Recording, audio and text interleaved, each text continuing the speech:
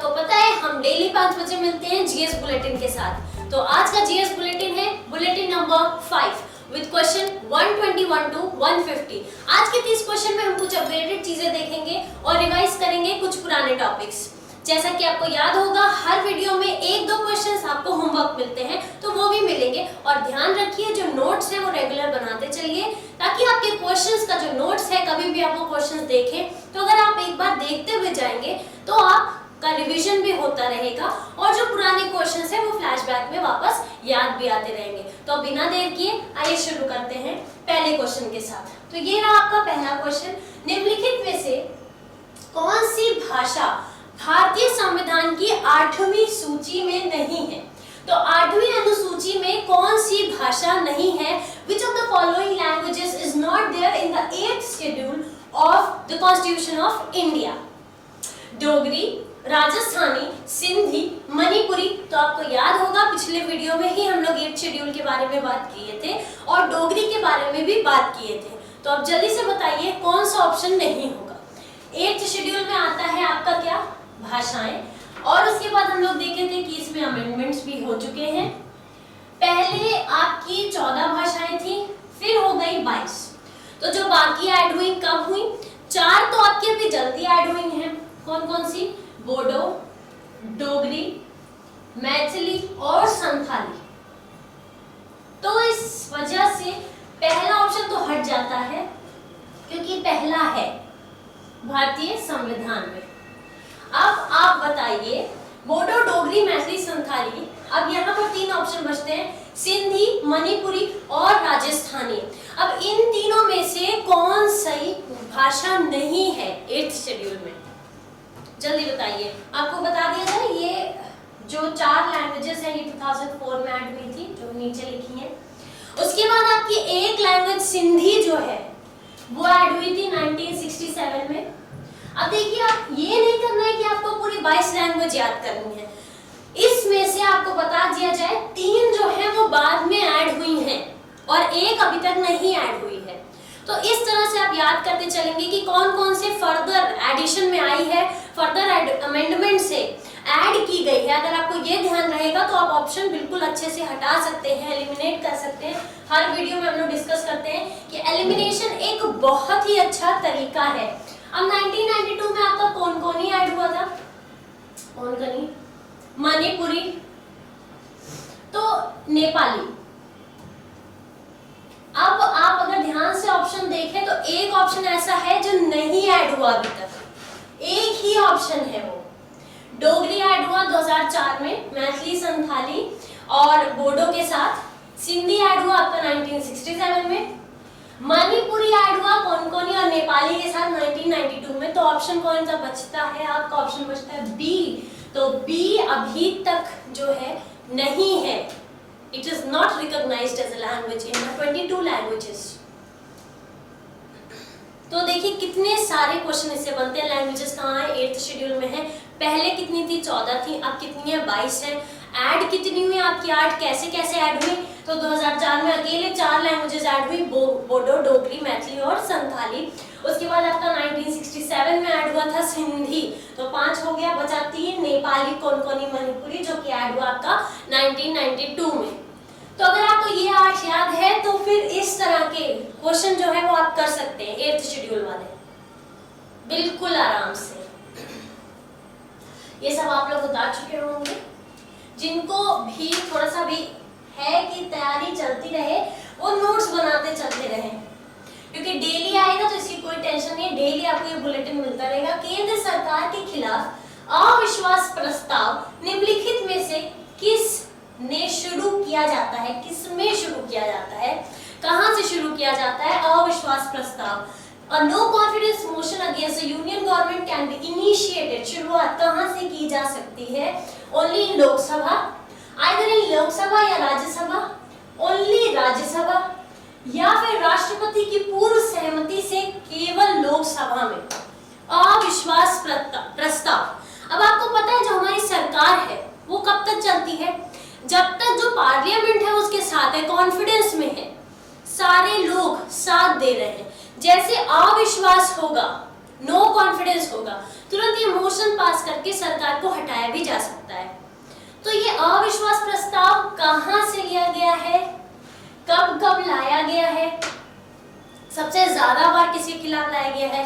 तो सबसे पहले बात की जाए कि यहाँ पर जो क्वेश्चन है वो ये है, तो अविश्वास प्रस्ताव लोकसभा में लाया जा सकता है, पहली बात आपको बता दी जाए। दूसरा, अविश्वास प्रस्ताव लाने के लिए कम से कम 50 मेंबर्स की सहमति होनी चाहिए। ये जो है रूल है लोकसभा का, रूल नंबर 198। रूल 198 और लोकसभा क्या कहता है, कम से कम 50 लोगों की, 50 मेंबर्स की जो है सहमति होनी चाहिए अविश्वास प्रस्ताव लाने के लिए। उसके बाद तो वोटिंग होती है, पर इनिशिएट करने के लिए, शुरुआत करने के लिए रूल 198 के अकॉर्डिंग कम से कम 50 मेंबर्स की सहमति होनी चाहिए। अब देखिए, अगर फुल मेजॉरिटी में है कोई एक पार्टी तो उसके खिलाफ अविश्वास प्रस्ताव लाने का कोई मतलब नहीं है। वोटिंग में वो क्या होता है, जीत जाती है पार्टी, क्योंकि उसके पार्टी के मेंबर्स उसका साथ देते हैं, क्योंकि दल बदल कानून एंटी डिफेक्शन लॉ के अकॉर्डिंग आप पार्टी भी नहीं बदल सकते। तो इस तरह से आप देख रहे हैं कि 198 के अकॉर्डिंग 50 मेंबर्स होने चाहिए। उसके बाद सबसे ज्यादा बार अविश्वास प्रस्ताव किसके खिलाफ लाया गया है, तो आपको बता दिया जाए, इंदिरा गांधी जो थी हमारी, उनके खिलाफ सबसे ज्यादा बार अविश्वास प्रस्ताव लाया गया है। टोटल 15 बार इनके खिलाफ अविश्वास प्रस्ताव लाया गया है।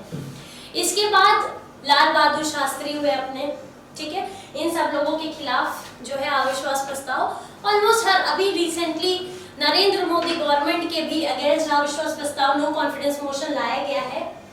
तो ये सब चीजें हैं जो इस अविश्वास प्रस्ताव के बारे में आपको जाननी है। और क्या है, सब ये 50 मेंबर्स का सपोर्ट चाहिए होता है, ये रूल 198 है लोकसभा का। उसके बाद सबसे ज्यादा बार 15 बार लाया गया अविश्वास प्रस्ताव इंदिरा गांधी के खिलाफ। और टोटल कितनी बार लाया गया आज तक, तो 22 बार लाया गया टोटल, बाकी सबके खिलाफ। लाल बहादुर शास्त्री हुए अपने, इनके बाद 2 बार लाया गया, बाकी सबके लिए एक एक बार। और आज तक अविश्वास प्रस्ताव सिर्फ एक वोट से कौन आ रहा था, किसकी सरकार हटाई गई थी, तो हाँ, अटल बिहारी वाजपेयी जी के टाइम का था ये। तो ये सब चीजें थोड़ा सा याद ध्यान में रखने वाली है। तो ये बात हुई अविश्वास प्रस्ताव की, और आपका आंसर है ऑप्शन ए, यानी कि सिर्फ लोकसभा में लाया जा सकता है अविश्वास प्रस्ताव। अब ये रहा आपका तीसरा क्वेश्चन। ज्यादा टाइम ना लेते हुए तीसरे क्वेश्चन पे हम लोग आ गए हैं। भारतीय संविधान का कौन सा अनुच्छेद कहता है कि निदेशक सिद्धांत किसी भी अदालत द्वारा लागू नहीं किए जा सकते हैं? Which of the articles of Indian Constitution says that directive principles are not enforceable by any court? Article 36, 37, 38, 39। जल्दी जल्दी बताइए, कौन कहता है कि DPSP cannot be made into, brought into force by any court? It's not enforceable, अदालत द्वारा लागू नहीं किया जा सकता। तो हम लोग बिल्कुल अपने ट्रेडिशनल तरीके से चलेंगे। आर्टिकल 36 पहले देखते हैं। 36 में क्या है, यहाँ पर है डेफिनेशन, यानी कि बताएं DPSP क्या है। डेफिनेशन ऑफ DPSP,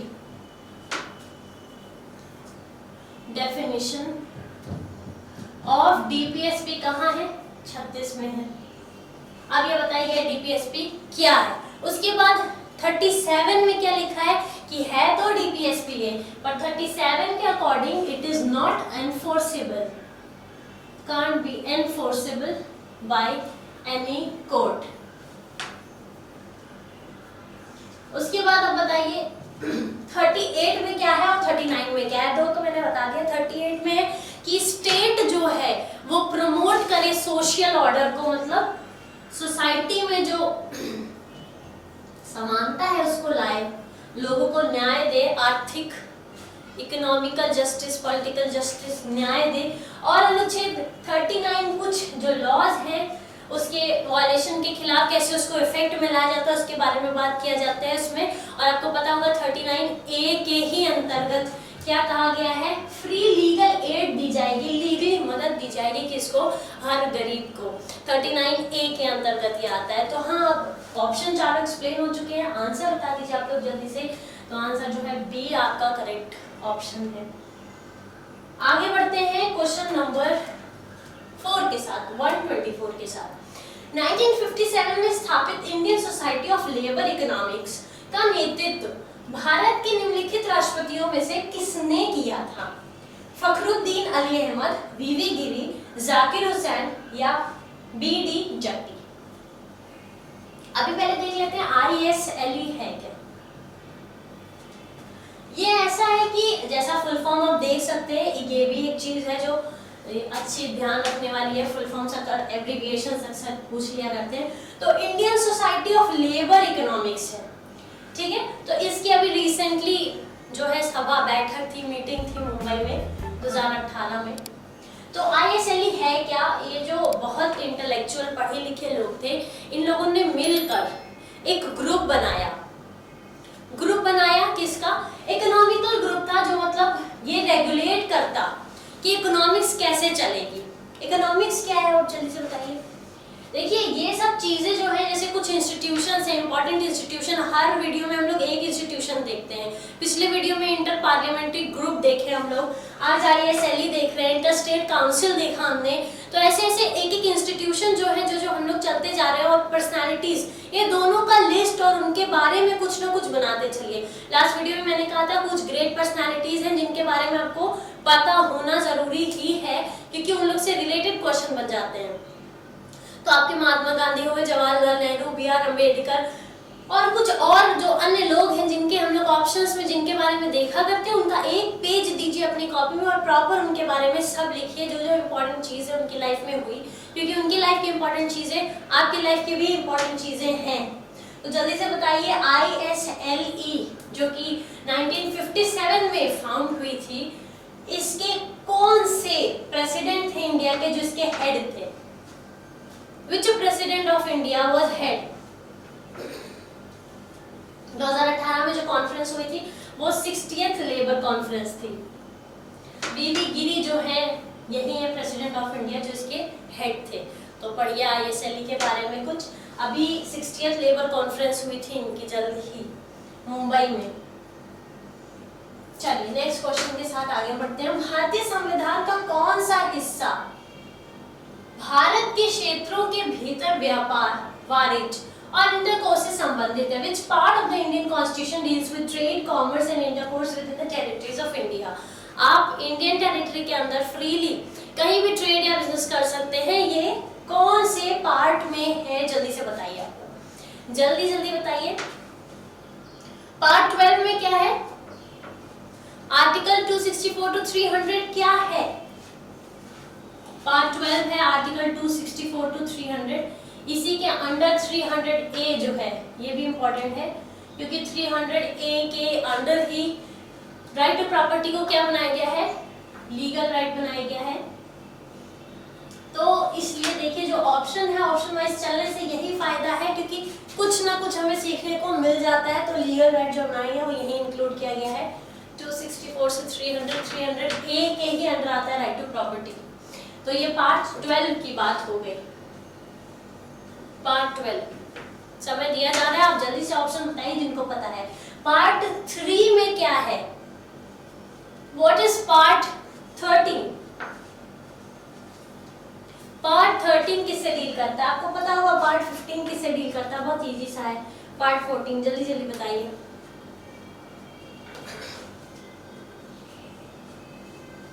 तो पार्ट 13 में कहां से कहां तक के आर्टिकल्स है, यही बता दीजिए आप लोग।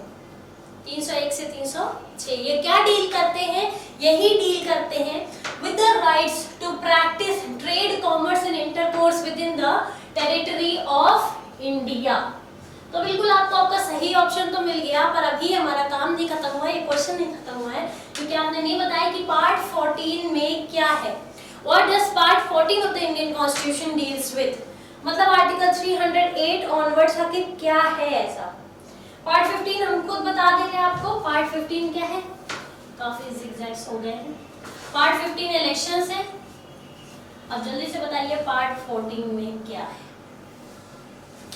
सवाल है आपके लिए। जो पहले भी बताया गया है, पार्ट हो गए, शेड्यूल हो गए, कुछ बेसिक आर्टिकल्स हो गए, ये सब आप लोग पढ़ के रखिए। Part 14 of the Indian Constitution deals with what? Trade. यहाँ पर ट्रेड है तो याद रखिएगा ट्रेड रेस्ट्रिक्शंस भी हैं, तो एक बार पढ़ लीजिएगा। 301 में से 307 में कहाँ पर ट्रेड और कॉमर्स अलाउड है, कैसे रेस्ट्रिक्शन है।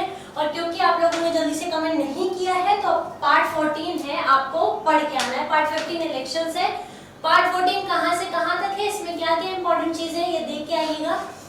क्वेश्चन नंबर 126, निम्नलिखित में से किसने संविधान सभा के तहत मौलिक अधिकारों, अल्पसंख्यकों और जनजातियों और बहिष्कृत क्षेत्रों पर सलाहकार समिति की अध्यक्षता की? Who among the following headed the Advisory Committee on Fundamental Rights, Minorities, Tribal and Excluded Areas, a committee under Constituent Assembly? किसने की इसकी अध्यक्षता? तो ऑप्शंस है जवाहरलाल नेहरू, वल्लभ भाई पटेल, H.C. मुखर्जी, हरेंद्र कुमार, मौलाना आजाद। ये भी आपको देखते हुए चलना है कि जवाहरलाल नेहरू ने कौन कौन सी कमेटी, बहुत सारी कमेटी बनाई गई थी। फ्लैग कमेटी थी, एडवाइजरी कमेटी थी, ड्राफ्टिंग कमेटी थी। हर काम के लिए एक अलग अलग कमेटी थी, उसके अलग अलग हेड थे, मेंबर्स थे। तो एक बार जो फेमस लोग हैं वो लोग किस कमेटी में थे ये देखते चलिए। जल्दी से आप आंसर कमेंट करिए, फिर हम लोग आगे बढ़ते हैं। Jawaharlal Nehru, option B Vallabh Bhai Patel, option C H.C. Mukherjee, option D Maulana आजाद।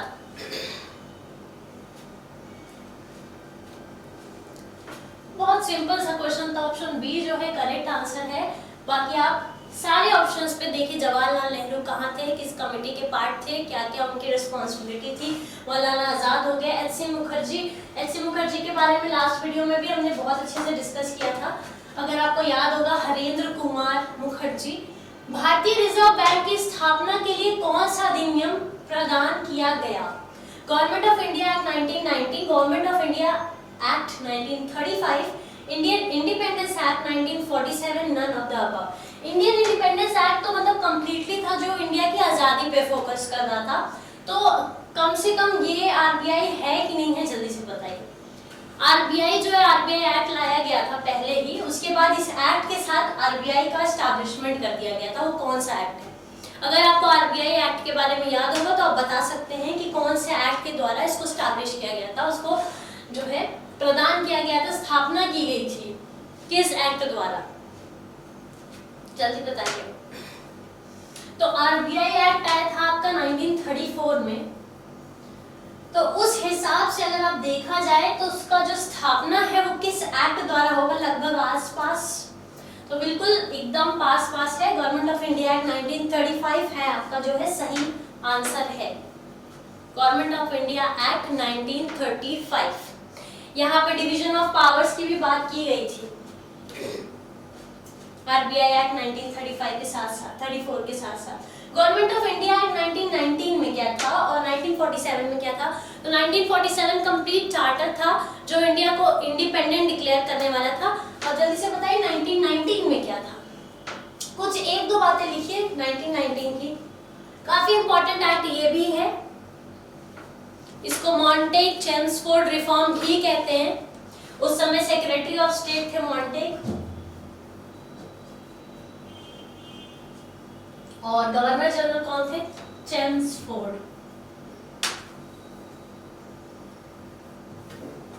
मॉन्टेग चेम्सफोर्ड रिफॉर्म भी कहते हैं। इसी रिफॉर्म द्वारा डिवीजन ऑफ सब्जेक्ट किया गया था। उन्होंने कहा डिवीजन ऑफ सब्जेक्ट कैसे कैसे किया था, तब लिस्ट नहीं बनाई थी। उन्होंने कहा था कि कुछ रिजर्व सब्जेक्ट होंगे, कुछ अनरिजर्व सब्जेक्ट होंगे और कुछ बचे कुचे सब्जेक्ट होंगे। तो ऑलमोस्ट वैसे ही हम लोग इंडियन कॉन्स्टिट्यूशन में भी इंक्लूड किए हैं।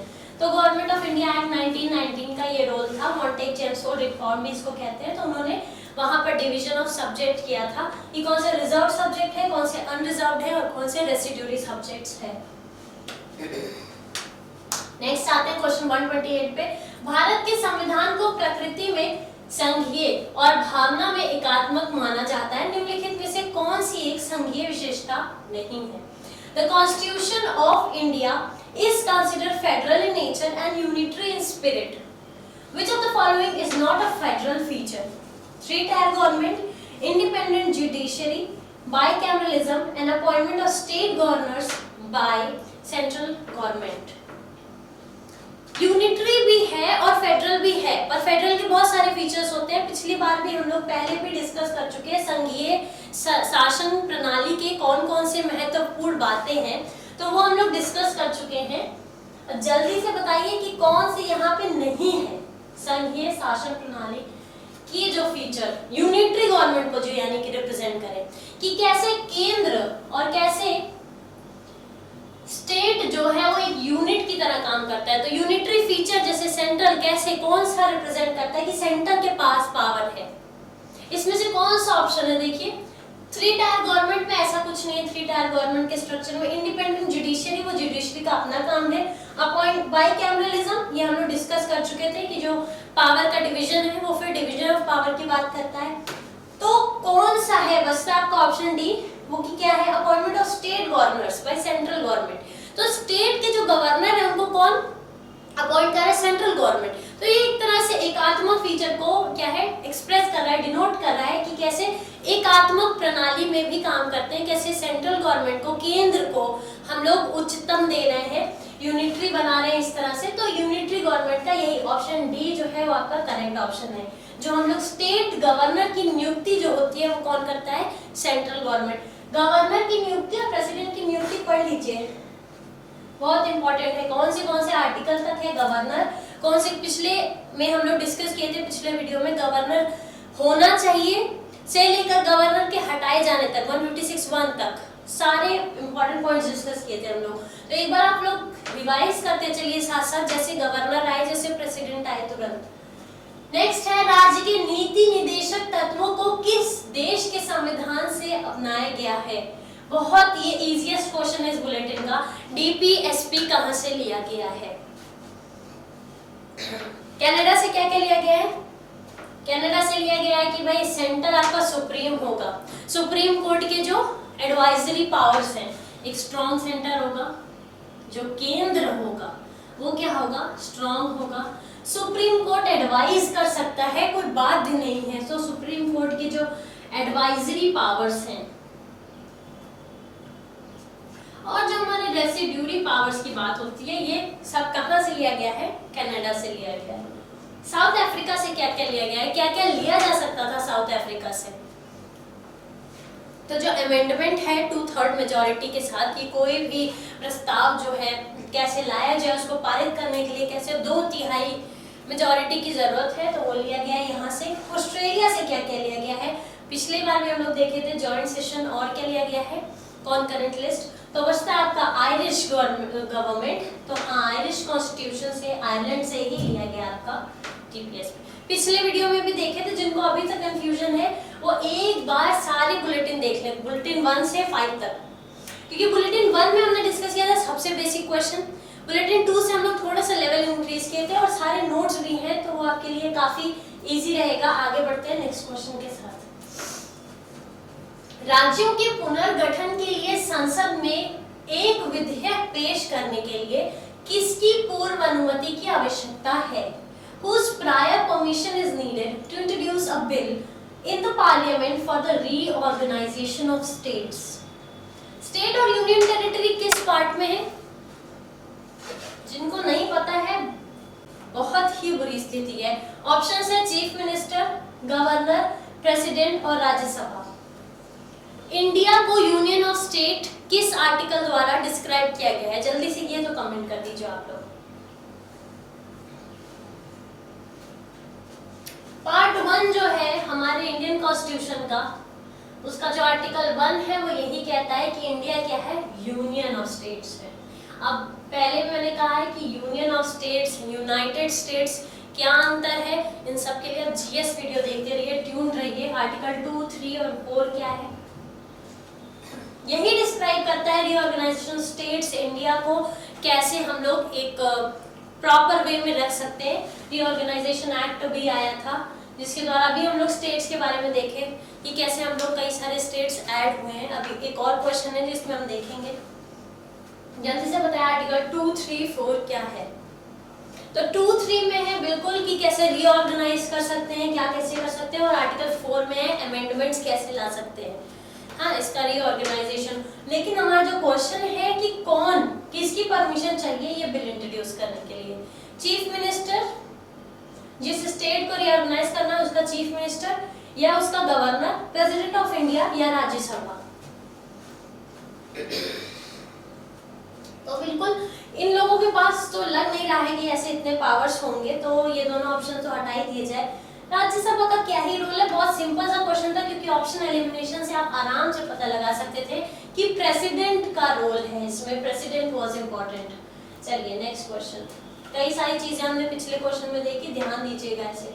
भारत संविधान की किस अनुसूची में संघ और राज्यों के बीच शक्तियों के विभाजन का उल्लेख है? 6th शेड्यूल, 7th, 8th और 9th, जल्दी से बताइए। ये जो शेड्यूल्स है हम लोग काफी बार देख चुके हैं, आप लोग देख रहे हैं, ये बहुत ही सिंपली सामने से आपको दिख रहा है कि हमारी लैंग्वेज के बारे में है। 8th शेड्यूल भाषाओं के बारे में है। बाकी बताइए और कौन कौन से शेड्यूल क्या क्या कहता है। पिछले बुलेटिन में क्वेश्चन था 6th शेड्यूल के करेक्शन को लेकर कि कौन सा सही मैच नहीं किया है। याद करिए, जल्दी से बताइए। जिनके पास नोट्स हैं वो नोट्स पलट लीजिए। डिवीजन ऑफ पावर, ये याद है आपको? कुछ tribal areas of north eastern state से रिलेटेड था, कुछ तो था। 2 ऑप्शन हटा दिए हमने पहले ही। आंसर बताइए कौन सा होगा जल्दी, 7th या 9th? ये था tribal areas of north eastern states के बारे में, कैसे उनका एडमिनिस्ट्रेशन किया जाएगा, कैसे उनको चलाया जाएगा। 6th शेड्यूल में ये है, 8th में भाषाएं हैं। 7th और 9th बताइए जल्दी से।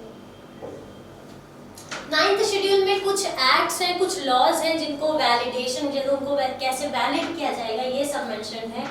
तो ये भी कुछ एक्ट्स एंड लॉज के बारे में बात की गई है। और हमारा क्वेश्चन जो है वो डिवीजन ऑफ पावर है, तो यस, ऑप्शन बी जो है आपका सही ऑप्शन है, 7th शेड्यूल।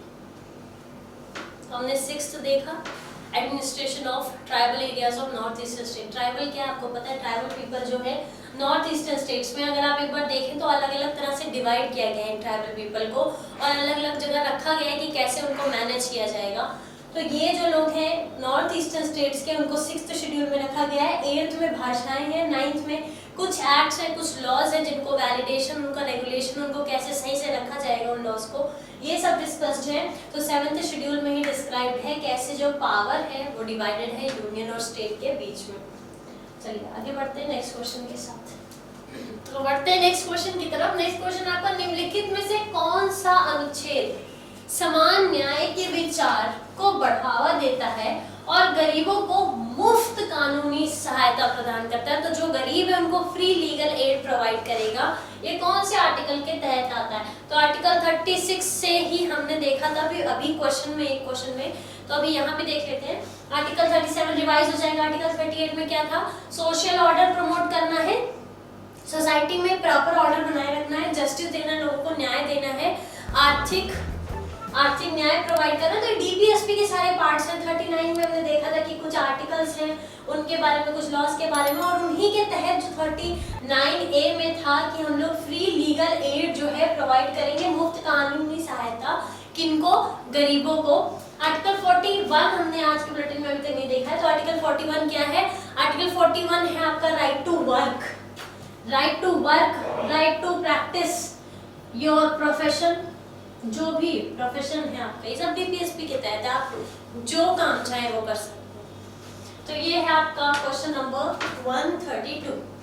133 की तरफ बढ़ते हैं। किस अधिनियम ने दलित वर्गों के लिए अलग निर्वाचन मंडल प्रदान करके सांप्रदायिक प्रतिनिधित्व के सिद्धांत का विस्तार किया है? Which act extended the principle of communal representation by providing separate electorate for depressed class? आपको पता है अलग निर्वाचन मंडल जो है प्रदान किया था। तो इससे कम्युनलिज्म के बारे में हम लोग पढ़े हैं, कैसे रिलीजन, रीजन के बेसिस पे लोग बहुत सारी विभिन्नताएं करते हैं, भेदभाव करते हैं। तो इसको बढ़ावा दिया था सेपरेट इलेक्टोरेट प्रोवाइड करके, अलग निर्वाचन मंडल प्रदान करके। तो ये कौन से एक्ट द्वारा आया था? Indian council act 1909, government of India act 1919, Indian independence act 1947, government of India act 1935। ये तीनों अभी हम लोग देख के आ रहे हैं पिछले क्वेश्चन में। जल्दी जल्दी बताइए 1919 में क्या क्या था, इसका नाम क्या था? Montagu Chelmsford reform, Indian independence act completely आपके इंडिपेंडेंस से रिलेटेड है। गवर्नमेंट ऑफ इंडिया एक्ट हमने कई बार देखा है पिछले कई बुलेटिन से। 1909 के बारे में बताइए कुछ, इसको और क्या कहा जाता है? मॉर्ले मिंटो रिफॉर्म कहा जाता है। Morley Minto secretary of state कौन थे उस समय? मॉर्ले मिंटो कौन थे? Governor general. इन दोनों ने मिलकर रिफॉर्म लाया था इंडियन काउंसिल एक्ट 1909। उसके तुरंत बाद देखिए 1919 मॉन्टेग चेम्सफोर्ड रिफॉर्म, ऐसे आप याद रख सकते हैं। 1909 था मॉन्टे मिलो मॉर्ले मिंटो और 1919 है आपका मॉन्टेग चेम्सफोर्ड। 1947 आजादी। कौन से में डिप्रेस्ड क्लास को सेपरेट इलेक्टोरेट दिया गया था? जल्दी बताइए। बहुत विशिष्ट है ये, भारत सरकार अधिनियम 1935। बार बार कहा जाता है आपको ये पढ़ लीजिए, पढ़ ही लीजिए। चलिए आगे बढ़ते हैं। नेक्स्ट 1859 में लॉर्ड कैनिंग द्वारा 1859 में लॉर्ड कैनिंग द्वारा शुरू की गई पोर्टफोलियो प्रणाली। पोर्टफोलियो प्रणाली मतलब एक इंसान को एक पोर्टफोलियो, एक डिपार्टमेंट दे दिया जाएगा। तो इस पोर्टफोलियो प्रणाली को किस अधिनियम ने मान्यता दी? Indian council act 1861, Indian council act 1892, Indian government of India act 1858 और none of the above. Portfolio system, portfolio जो लोगों को प्रोवाइड किया गया वो किस आपके गवर्नमेंट ऑफ इंडिया एक्ट द्वारा किया गया? जल्दी बताइए। लॉर्ड कैनिंग ने शुरू किया था 1859 में, तो यहाँ से एक आंसर आपको पहले ही मिल जाता है कि पोर्टफोलियो सिस्टम किसने शुरू किया था? लॉर्ड कैनिंग ने 1859 में इंट्रोड्यूस किया था। इसको मान्यता कब मिली? Recognition when? जल्दी बताइए। बहुत इंपॉर्टेंट एक्ट है ये भी, इंडियन काउंसिल एक्ट 1867। यहीं से शुरुआत हुई थी। जो क्राउन का पावर था, ब्रिटिश क्राउन का पावर था, वो किसको ट्रांसफर कर दिया गया था? सेक्रेटरी ऑफ स्टेट को ट्रांसफर कर दिया गया था। जो अभी हमने देखा सेक्रेटरी ऑफ स्टेट्स कई सारे कौन कौन थे? मॉर्ले थे एक और एक मॉन्टेग थे। मॉर्ले कब थे? 1909 के। मॉन्टेग कब थे? 1919 के। तो सेक्रेटरी ऑफ स्टेट जो है वो रिस्पॉन्सिबल होता किसको? क्राउन को, वो जवाबदेही करता। और इनके अंदर जो है 15 मेंबर्स रहते हैं, अलग अलग पोर्टफोलियो, अलग अलग डिपार्टमेंट इनको दिया जाता। तो ये आया कब था? 1861 की बात है। तभी पावर ऑफ क्राउन जो है, रानी का जो पावर है वो किसको दे दिया गया? सेक्रेटरी ऑफ स्टेट को दे दिया गया। उसके साथ साथ गवर्नर जनरल होता असिस्ट करने के लिए। इनके अंडर में 15 मेंबर्स थे। तो इस बारे में ये तो आप जान गए 1861 में इंडियन काउंसिल एक्ट द्वारा इसको मान्यता प्राप्त हुई, लेकिन इसको लाया किसने और कब था? तो ध्यान रखिएगा, इसको लाया लॉर्ड कैनिंग ने था, 1859 में था। ठीक है, चलिए आगे बढ़ते हैं। बाकी इन एक्ट्स के बारे में हमने कहा 1858, 1935 ये गवर्नमेंट ऑफ इंडिया एक्ट जो है इंपॉर्टेंट है, देखते चलिए। 135 क्वेश्चन नंबर 1946 में 1946 की अंतरिम सरकार में वित्त विभाग किसके पास था? Who held the portfolio of finance in the interim government of 1946? आपको पता है इंटरिम प्रेसिडेंट कौन था? Chairman of constituent assembly doctor Sachchidananda Sinha. तो बताइए कौन कौन सा पोर्टफोलियो किसने किसने किसको किसको मिला? अभी तो फाइनेंस बताना, फाइनेंस किसको मिला। तो उससे पहले बताइए राजेंद्र प्रसाद, डॉक्टर राजेंद्र प्रसाद को क्या मिला था? पता नहीं है तो पता लगाइए, ये है, इनको मिला था फूड और एग्रीकल्चर। किसको? डॉक्टर राजेंद्र प्रसाद को। सी गोपालाचारी को इंडस्ट्रियल डेवलपमेंट मिला था, ये आपके सी गोपालाचारी। सरदार वल्लभ भाई पटेल को कौन सा डिपार्टमेंट मिल सकता था? आपको पता है भारत इंडियन यूनिफिकेशन में उनका बहुत बड़ा रोल है। कैसे? सारे एरियाज को उन्होंने यूनिटी प्रोवाइड की थी, इसीलिए उनके नाम से स्टैचू भी बना है, स्टैचू ऑफ यूनिटी। इनको होम अफेयर्स दिया गया, ट्राइबल एरियाज को मैनेज करने का डिपार्टमेंट दिया गया। तो फाइनेंस किसको मिला? हमारे ऑप्शन कौन बचते हैं? Liaquat Ali Khan, option B is the correct answer. इनको फाइनेंस मिला। चलिए 4 ऑप्शन ऑप्शन डिस्कस हो गए हैं, बढ़ते हैं अगले क्वेश्चन की तरफ। भारत के संविधान की छठी अनुसूची में किन राज्यों के आदिवासी क्षेत्रों को शामिल किया गया है? बार बार हम देख रहे हैं ट्राइबल एरिया, आदिवासी क्षेत्र, north eastern states. 6th schedule की बात काफी पिछले बुलेटिन से चलती चली आ रही है, तो tribal areas of north eastern states की बात हुई है। तो अभी आपको बताना है कि ये कौन कौन से हैं। Tribunal areas of which states are included? तो अगर आपको पता है तो जल्दी से बता दीजिए which option is correct. Assam, Nagaland, Tripura या Mizoram. Option B Assam, Meghalaya, Tripura, Mizoram. Option C Assam, Meghalaya, Tripura, Arunachal Pradesh. Option D Assam, Meghalaya, Tripura, Manipur.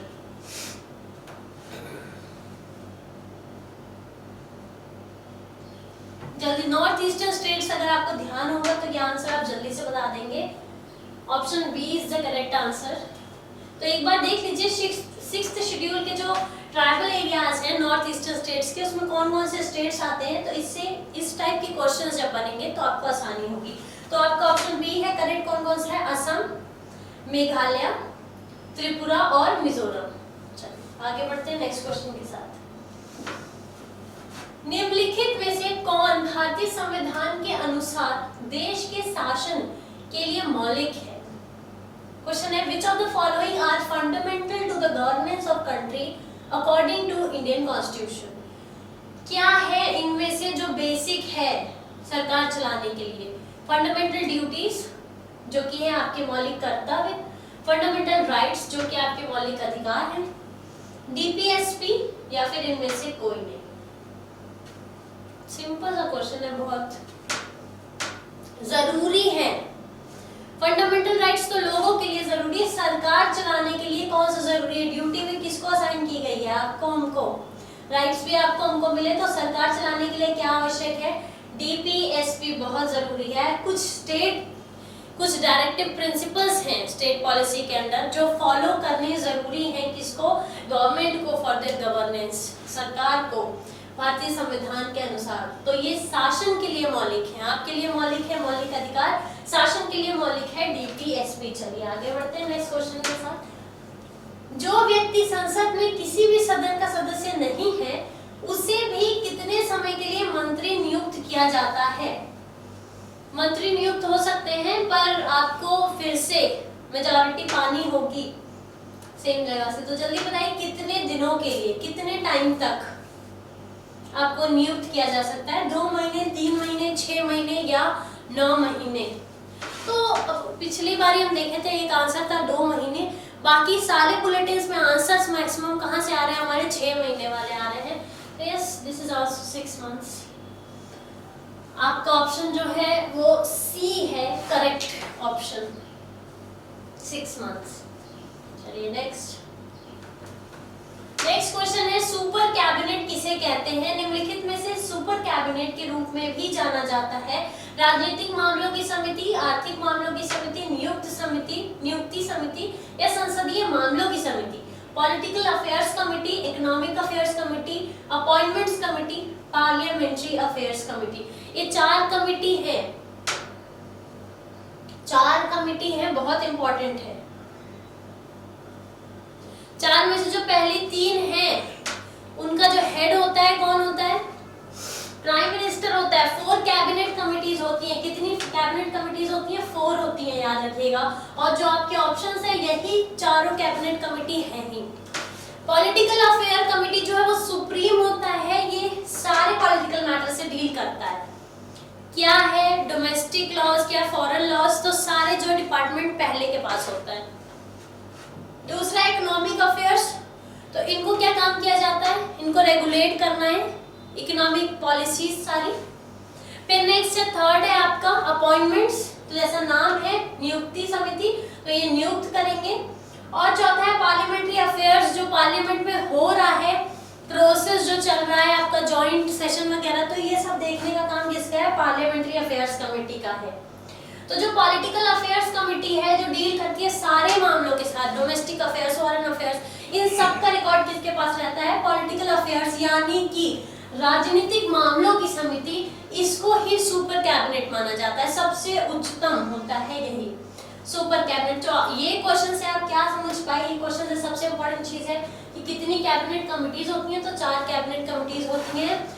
इन चारों कैबिनेट कमिटीज में से सुपर कमेटी इसको माना जाता है पॉलिटिकल अफेयर्स कमेटी, यानी कि राजनीतिक मामलों की समिति। पहले 3 का हेड जो है आपके प्राइम मिनिस्टर होते हैं। तो ये सब है। अब इनका काम क्या क्या होता है। पॉलिटिकल अफेयर्स जो है वो सारे डोमेस्टिक फॉरेन सारे मैटर से डील करता है। इकोनॉमी जो है आपकी देखरेख करता है। अपॉइंटमेंट्स कमेटी क्या करते हैं, लोगों की नियुक्ति। और पार्लियामेंट्री अफेयर्स, यानी कि कोई दिक्कत है पार्लियामेंट में जॉइंट सेशन करवाना, ये सब कौन देखेगा, चौथी कमेटी देखेगी हमारी। नेक्स्ट क्वेश्चन, लोकसभा अध्यक्ष को उसका कार्यकाल समाप्त होने से पहले कब हटाया जा सकता है।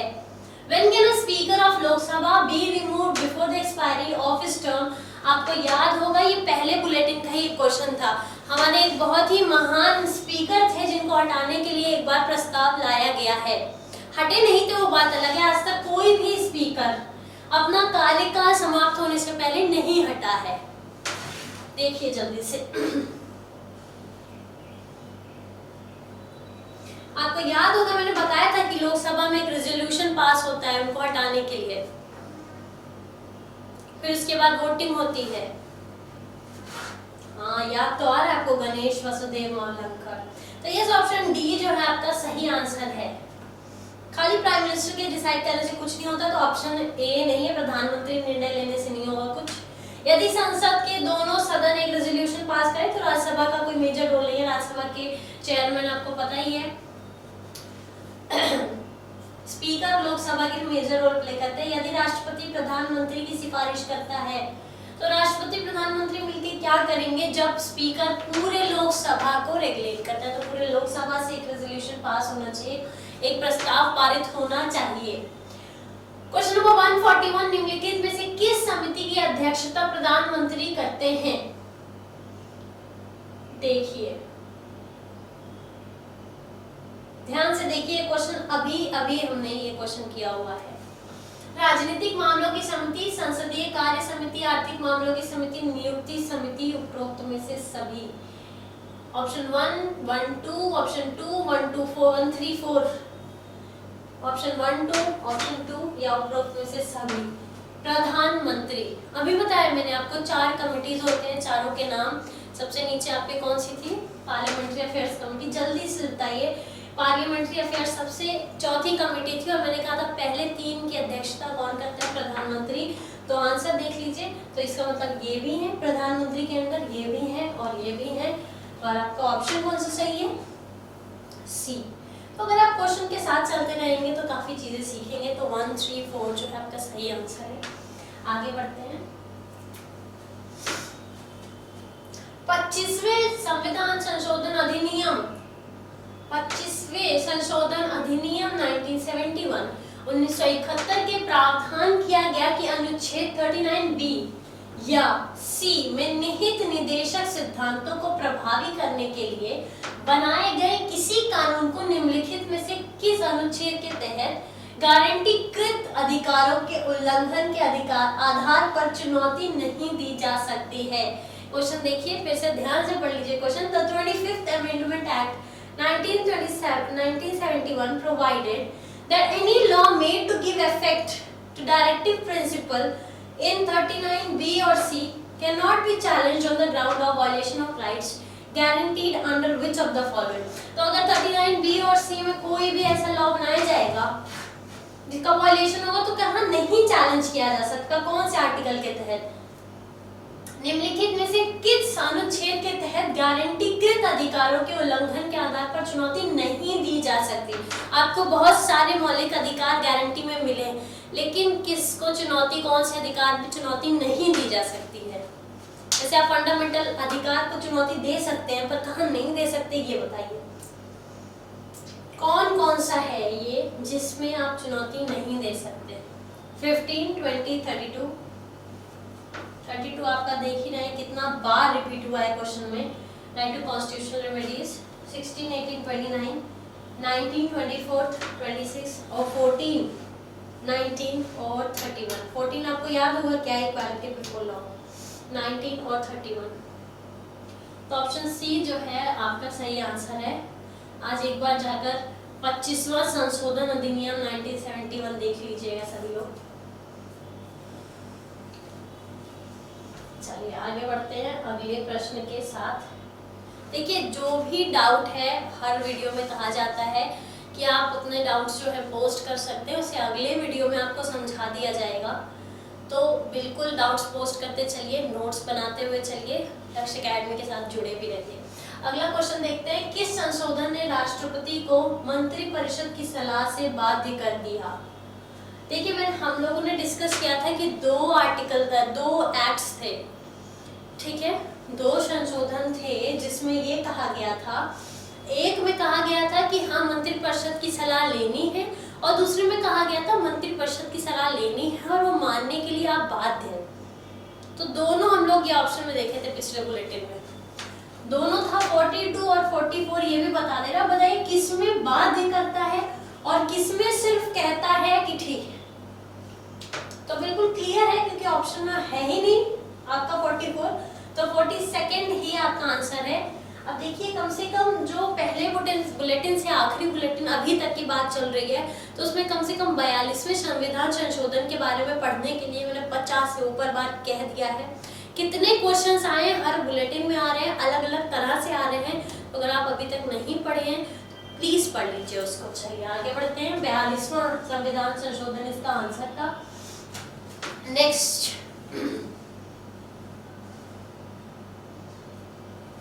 1975 के 38वें संशोधन अधिनियम ने किसके द्वारा आपातकाल की घोषणा को गैर न्याय संगत बनाया?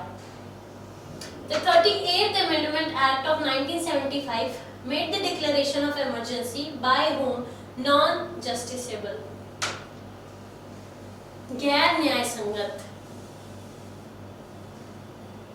आपको पता है इमरजेंसी जो प्रेसिडेंट डिक्लेयर करता है उसको गैर न्याय संगत बताया गया था, और कुछ नए ग्राउंड्स जो है वो डिसाइड किए गए जिसके बेसिस पे इमरजेंसी को डिस्क्राइब किया जाएगा, और इमरजेंसी कैसे कैसे क्वेश्चनेबल है ये भी बताया गया था, कैसे कैसे उसमें सवाल उठाए जा सकते हैं। तो हाँ ऑप्शन ए सही आंसर है, प्रेसिडेंट द्वारा डिक्लेयर की गई इमरजेंसी को गैर न्याय संगत बनाया 1978 की। तो क्वेश्चन देखिए किसने बनाया, तो 38वें संशोधन अधिनियम 1975 में बनाया। तो ये चीज जानना ज्यादा जरूरी है कि प्रेसिडेंट द्वारा आपातकाल की घोषणा को गैर न्याय संगत किस अधिनियम द्वारा बनाया गया, तो 38वें संशोधन अधिनियम 1975 द्वारा बनाया गया। आगे बढ़ते हैं, राष्ट्रीय न्यायिक नियुक्ति आयोग की स्थापना किस संशोधन अधिनियम द्वारा की गई? NJAC के बारे में पिछले बुलेटिन में हमने बहुत सारी चीजें पढ़ी थी। 2014 में प्रस्ताव लाया गया कि बनाया जाएगा, उसमें 4 लोग रहेंगे, चीफ जस्टिस ऑफ इंडिया रहेंगे, 2 प्रोमिनेंट लॉयर्स रहेंगे, ठीक है, 2 लोग और रहेंगे जिनके इलेक्शन के लिए हम एक और कमेटी बनाएंगे, सब कमेटी, और एक जो है लॉ मिनिस्टर रहेगा। और इसी बेसिस पे लॉ मिनिस्टर के प्रेजेंस की वजह से सुप्रीम कोर्ट ने ये कहा कि NJAC क्या है, वो इनवैलिड है, क्योंकि अगर मंत्री परिषद में से कोई रहेगा तो जो हमारी न्यायपालिका की आज़ादी है, इंडिपेंडेंस है, वो छिन जाएगी, जुडिशरी और लेजिस्लेटिव एक दूसरे से रिलेटेड हो जाएंगी। तो इसलिए NJAC के अपॉइंटमेंट में से ये हटा दिया गया और इसीलिए ये डिसॉल्व कर दिया गया, ये ग्रुप ही जो है वो हटा दिया गया, इसकी स्थापना को रद्द कर दिया गया। तो आंसर आपको पता ही चल गया। तो 2014 एक ही ऑप्शन है, ऑप्शन सी। बाकी 2003, 11 और 16 में कोई वही नहीं था, क्यों? क्योंकि 15 में तो खत्म ही हो गया, 14 में बना, तो ठीक है 14। 99th अमेंडमेंट एक्ट 2014 चलिए 2015 में खत्म कर दिया गया था इसका एग्जिस्टेंस भी।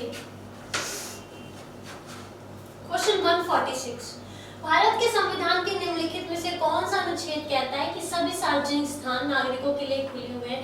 तो अगर आपको याद होगा तो ये हमारा रैपिड फायर राउंड स्टार्ट हो चुका है। 146 क्वेश्चन में जल्दी से आंसर बताइए ताकि हम आपको आंसर बता के आगे बढ़ सके। सभी के लिए खुले हुए हैं, डिस्क्रिमिनेशन नहीं करना है, उसी के तहत है ये, भेदभाव ना करना। जिनको आंसर मिल गया है तो वो बिल्कुल सही ऑप्शन है, आपका करेक्ट आंसर है 52 के तहत। आगे बढ़ते हैं रैपिड फायर राउंड में। भाग 4 अनुच्छेद 36 से 51 के तहत निम्नलिखित में से किस अनुच्छेद में राज्य के नीति निर्देशक सिद्धांत शामिल है जिसमें गांधीवादी सिद्धांतों का दायरा, आपको याद होगा हमने हर एक ऑप्शन के एक्सप्लेनेशन देखा था, कौन से ऑप्शन में क्या है, जल्दी से आंसर बताइए। 40, 47, 48, 40, 43, 44, 47, ओनली 50, ओनली 3 वाला ऑप्शन सही था, याद होगा आपको। तो बिल्कुल सही 40, 47, 48 ऑप्शन बी आपका सही है, आप लोग बिल्कुल सही जा रहे हैं। और जो अभी भी नहीं हो पा रहा है जिनसे, उनके लिए बड़ी मुश्किल है, पुराना बुलेटिन एक बार देख लीजिए। भारतीय संविधान का कौन सा अनुच्छेद दर्शाता है कि यह संविधान न तो कठोर है न तो लचीला है बल्कि दोनों का संश्लेषण है?